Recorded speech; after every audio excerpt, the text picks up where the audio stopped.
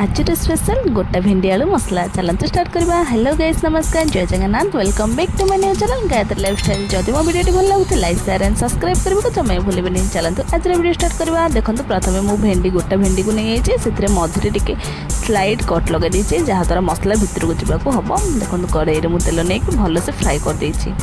एबे देखो मसला प्रस्तुत पर रसुण कंचा लंका टमाटो प्याज को टिके तेल टिके फ्राए करदे। जो तेल भेंडी भाजी से ही टिके फ्राए करदेवी। यहीटा को आम 10 मिनट छाड़देवा टिके ठंडा हाँपाई। से भितर आम आलू भी भाजीदेवा तेल टिके गोल्डन फ्राए है पर्यंत। से भितर आमर जो मसला आम भाजी मसला से सब ठंडा हो आपको आम मिक्स करदे। एबे देखो मुझे कड़े नहीं जाए टेस्ट कलर बोलिए चीनी टिके दालचीनी आउ तेजपत्री आउ जीरा देदेवा टिके फ्राए करदे।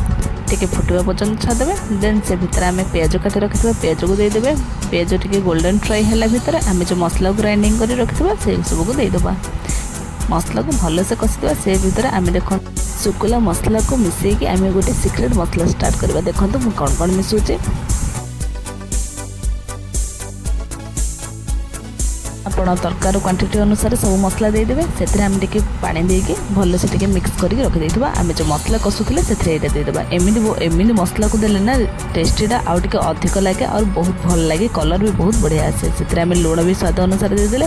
आलू को जो भाजिक रखिले से आम देदेवा मसला आउ टे पानी भी देदेवा।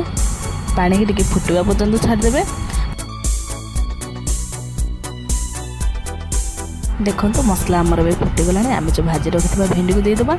आउ भेंडी को देला टिके एपट सेपट करदे आउ टिके फुटवा पर्यंत छाड़देवे। एबे आम तरकारी पूरा प्रस्तुत हो गलानी। कलर जमी सुंदर देखा टेस्ट भी सेमती लगे। आप भात बा रोटी सहित